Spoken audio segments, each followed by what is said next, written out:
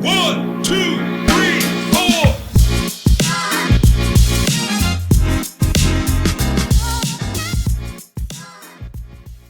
Hi everyone, welcome to Girl Chat. It's Cel. And Leah, What's up? what are we talking about today, Cel Leah? Today we're talking about, let's back it up a second. So I had a question get sent to us through IG, which we love, and we want more of that. So we want you to ask questions, because even if we don't have the immediate answer, we will do some research to find it for you, because eventually we may even have that same question, or we may even not even realize it's something we need to talk about. So I received a question about what happens when your accountability partner that you picked, that you chose as your accountability partner, all of a sudden just like bails on you. And that was the question that came came through a DM, and I was like, interesting, because it really comes down to choosing the right accountability partner to begin with. So we have 5 tips that we found from a Forbes magazine article, which is on coaching, and thought that this was like really just a good way to kind of to share with you all. It's good reminders for ourselves, but it's everything that we do anyway, Leah. Like you and I just talked about this. Like this is everything that we believe in with accountability and fitness. You know, the more I thought about it when we were talking about it, I feel like the accountability people in my life have always just kind of happened. Like it wasn't that I picked, it was like it kind of just flowed easy. And I, once we met, it was like, okay, that's it. That's it. I mean, just because we've always been that for each other, and I don't know if that it's just always kind of happened for me. So I started thinking like, yeah, what would who would I choose if I didn't have Celia? Like, which person in my life would I choose? And then, you're going to think this is funny, or some people may think this is funny, but my clients are also my accountability partners. You know what? I'm showing up for them. And because I care about them and their goals, it's almost like I guess maybe they're my silent accountability partners, because they push me because I'm pushing them, but I don't want to let them down. So it's like just a natural flow of I'm showing up every day for them because I care about their goals. So when I was looking at this article, okay, so Forbes says number 1 is think twice before picking a friend as your accountability partner. And who do we always choose? We always choose like our closest friend. But it talked about how, we have friends for a reason, and they're there to make us laugh and to have fun with. But it's not always fair to expect them to push us and hold us accountable. And I thought that was very interesting, because, good friends or spouses or people that we are really close to are sensitive to our emotions and our needs. And, a lot of times they want to coddle us and baby us instead of pushing us forward. And I can even say this. There have been times in my marriage where I'm wanting to get ready for something, and he knows that I'm getting ready for something. And it's almost like they intentionally want to throw you off or like pressure you because they're wanting to do it, but they know you don't want to do it. And it's so like, it's just not. So that's not my person. My person's not going to let me fall off of my program, what I'm doing. My person's supposed to push me and say, no, now you wanted this. Let's go for it, and so when I started relating it to that, I'm like, oh yeah. I mean, there are certain people that just cannot be it, because they're not going to show up for you and what you need them to do. And then number 2 was give them permission to push you. So whoever it is, which I loved, it's like setting it up from the beginning. So yeah, I need you to tell me or to be there for me when my motivation lacks, because let me tell you, even though you have a goal, you are not going to always be motivated, and we're not going to wake up every day and be like, yes, I can't wait to eat, less today. And I can't wait to lift that heavy weight. It's like some days you're just not there, but you have to give them the okay and the permission to kick you in the butt and be like, nope, you got 6 weeks, girlfriend. We don't have time for this. And it's setting the relationship up in the beginning and not letting it get to the point where they have to decide whether to be nice to you or, to light a match and say, let's go. It's so true. I mean, I think just going back to the first one, like picking your, friend or family member or whatever, like you really do have to really think about it, because you've got to be willing to hear what the other person's going to say to you. So if you give them permission to push you, you can't bark back when they say, no, like, and even if it, like, regardless of what it is, like, you have to take the emotion out of it. You have to look at it like you chose this person to fill a certain role. That to me is like, that's why I've always had coaches, or I've always, and Leah knows this too, because I've reached out, like last year, she'll tell you, I knew that I was wanting to get into a certain shape last year. And so I would send her, she was it, I would send her videos. Yeah. And then she'd come back and comment. But I trust her that she's going to lead. And that's the other part of it, which we'll get into. But like, it's all of that. Like, you have to choose the right person. If you're choosing someone because it's convenient, because it's whether you live with them, or it's like, well, they're my bestie. They might be your bestie, but they may not be your best fitness friend. Like, we used to talk to the honeybees about that.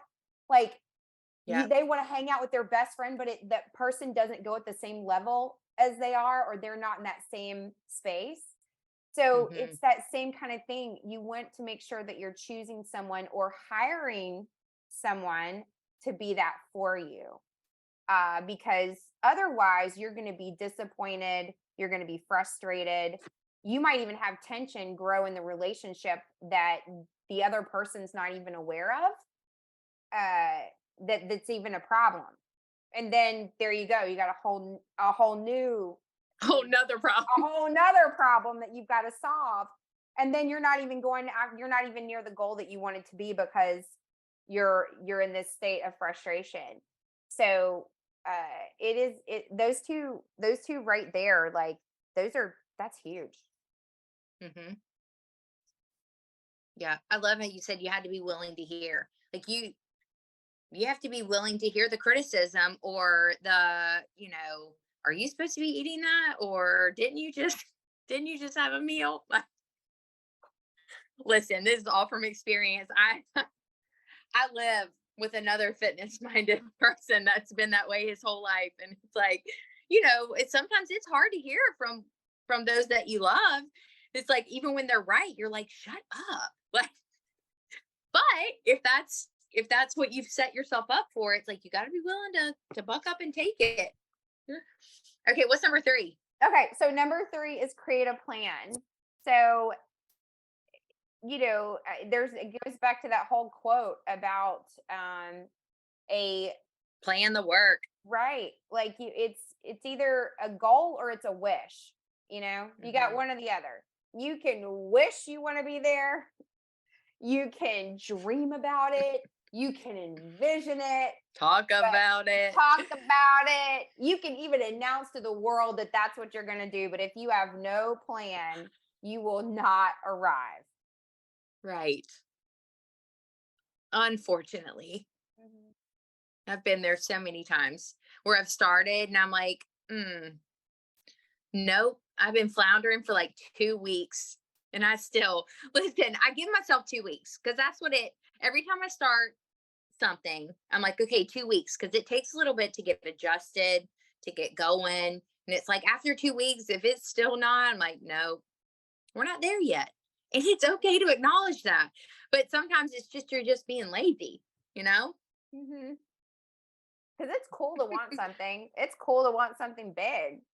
But it's like, if you don't, well, there's a couple things there. Going back to accountability. You don't have the right person. You have no plan. Like, it's not magic. No. It's just work. Y'all, I'm going to write a blog post on this next week. There's even like a phenomenon that talks about how it does something to our brain It's like a high. It's a high we get to want to start something. It's like faking it. It's like when you fake it, like, oh, I'm going to do this. And you create it, you create the plan, you start the goal, you have that, but then you always bail out.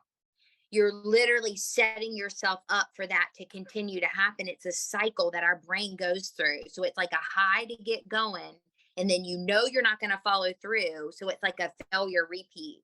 And so then when you come later and you truly do really want something, your brain's already telling you there's no way you'll follow through. You're not going to follow. Here we go again. You're not going to follow through. And you really do set yourself up for failure. So it's like the more times that we do that, we start and stop, that yo-yo that we've talked about, that's not beneficial for you to continue to do. So even having a partner, having a plan, all of these are things that we can do to help us follow through.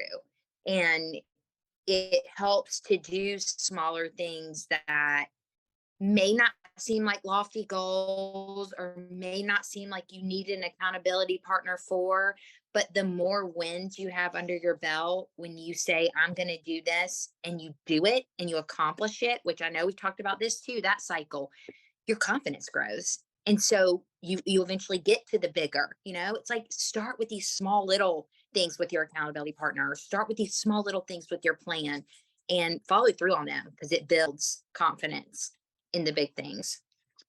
Yes, it does. And I think that the confidence thing, the accountability, like it's all like you can see like how it all threads together. It'll all take Mm-hmm. you to the where you want to go, but you have to be willing to do all the little things with it. And I think it because it's not a la carte. Right. Like, I think I want to do a little bit of this, but not that. All of that part. Like there is it's process, and we talk about this all the time. It's in the process that is to me, the most fun, because Yes. going back to bikini days and fitness days, competing and getting on stage, yes, stage day is great. You love finally walking on stage, but the best part was everything that happened in that process. Like you saw Mm-hmm. yourself change, like you felt different, like the confidence that Mm-hmm. came from that, like it's the process. It's watching the Rocky training clips from like Rocky 4. Like it's those training days. It's those days where you're like putting in the work and you're seeing it. And that's where motivation and inspiration is. But it does take work and commitment. And I think that goes along with what you're saying about what you're going to talk about how your brain is like you're training it. If you don't follow through on commitments, back it up, start again. But like you said, find something small. Like this whole thing is like going after big accomplishments and big things. Cause I'm a big thinker. Like I think big, I go big.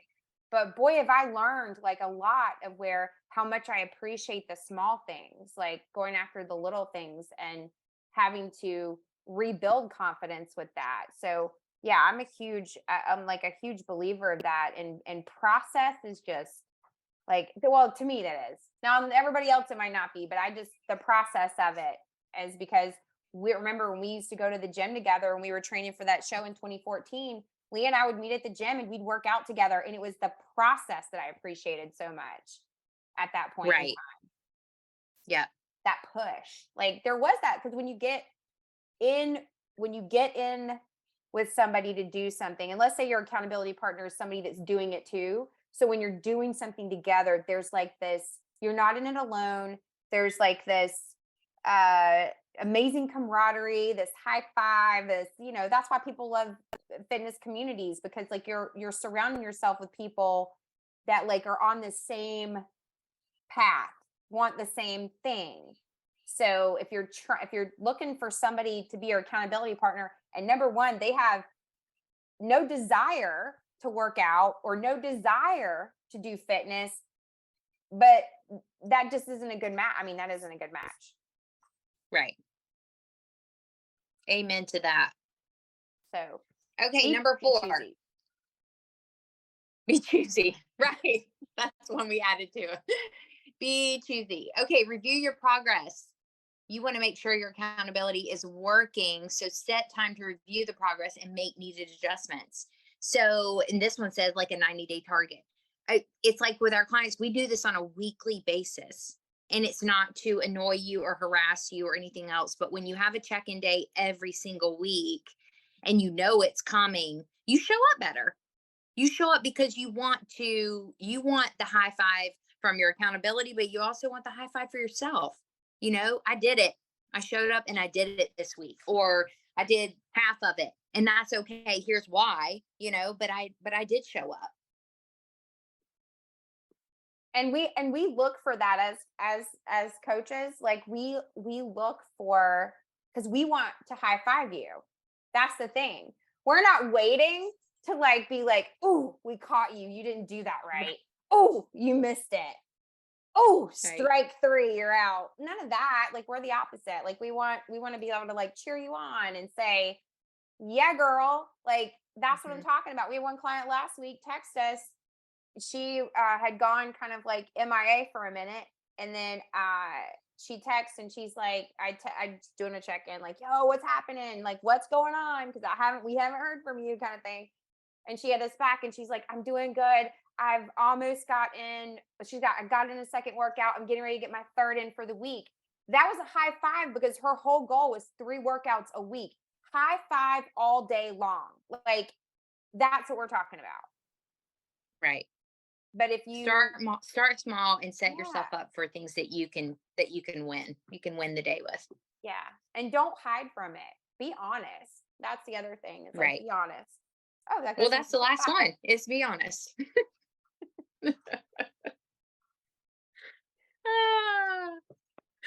Yeah, I mean, we just see so much of this is not, a lot of times it's not that you're not even being honest with your accountability, you're just not even being honest with yourself. I think is what I see more often now than anything, is, they're just always wanting it to be an outside source or reason why you're not, when it's really just you not showing up for you. Because there will always be something that can be the outside reason. There's always a reason why. Whether it and let's just drill down to let's talk about women in our 40s, because we got hormones, right? We got that we're dealing with. You got family, you've got work, you've got low energy, you've got, like, just name it. There's all kinds of things that can contribute. And we're not saying that doesn't justify that. It's just be honest about it. Like, just be straight up with what your struggle is, and then accept what's going on. But at the end of the day, there's still things you can do. That's the thing. It's just a choice of whether you want to do it or not. Right.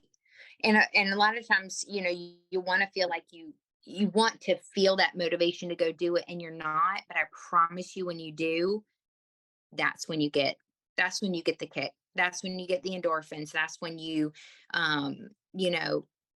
it's like what Cel said, I think in our last podcast, when she was having a bad day and she chose to go to the gym and work off the stress instead of anything else. And I would even take that a step further. And if you can get outside in the sunshine and do fitness out there, like that's even a double dopamine hit, that can really cure, and whatever you were going to do for an hour, do it for 10 minutes. I used to give myself, okay, I'm going to go for 20 minutes. And after 20 minutes, I'm done and I'm still in a bad mood, or I'm still don't feel like pushing through, then I'll leave. It's like you can be that busy where you only have 10, 20 minutes. Do it. Take it, because it will make a difference. It really does. And we did talk about that in the last one, because we were talking about, I went into the gym. I wasn't feeling it.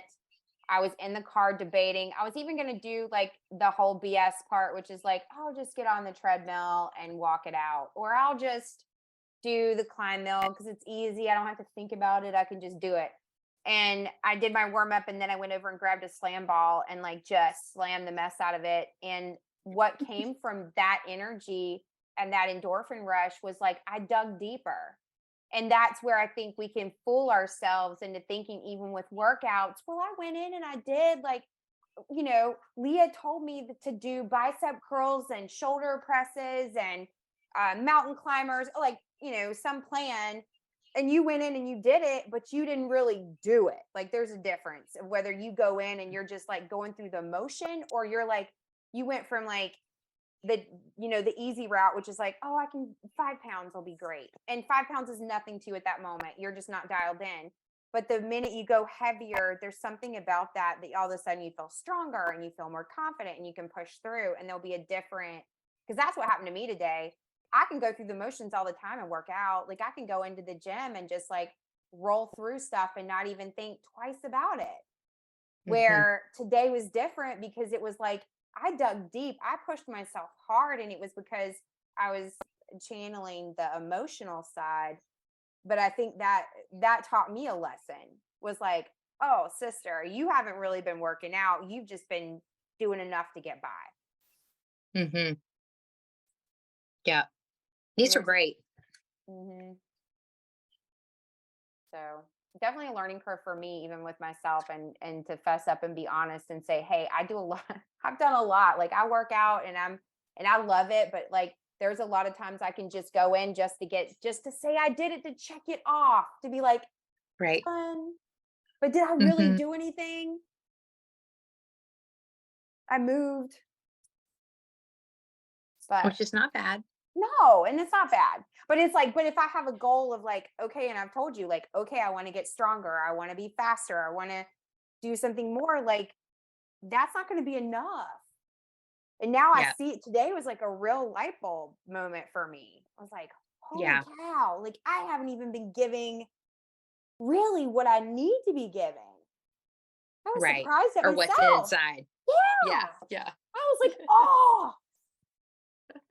So if you need an outside accountability partner, we are here for you. You can go to cpmethodfit.com and see all kinds of things, blog posts, our girl chat, everything, all our girl chat, our podcast, our challenges, our challenge, our like in all seriousness, 4 weeks, y'all, 4-week challenge. You can get the challenge by itself for $99. And then if you want accountability, it's like $200 a month and you get 2 coaches. Seriously. Like it doesn't get any better than that. It's a no-brainer. Easy. Yeah. And then you don't have to have your husband take your progress pictures and review them with you. You have somebody on the outside. I keep telling people, I'm like, you don't have to use your husband, It's like everyone's go-to. I'm like, no, you don't have, like, and they're so uncomfortable doing it. It's like, it's okay. No, outsource that accountability. It doesn't need to be somebody super, super close, though we will get super close with you. Yes. Because it makes it fun. Yeah, because it makes it fun and you're part of the community. Yeah. So we all need it. Yeah. Super good reminders. We'll come back with another subject next week on the next episode of Girl Chat. See you soon. Bye. 1,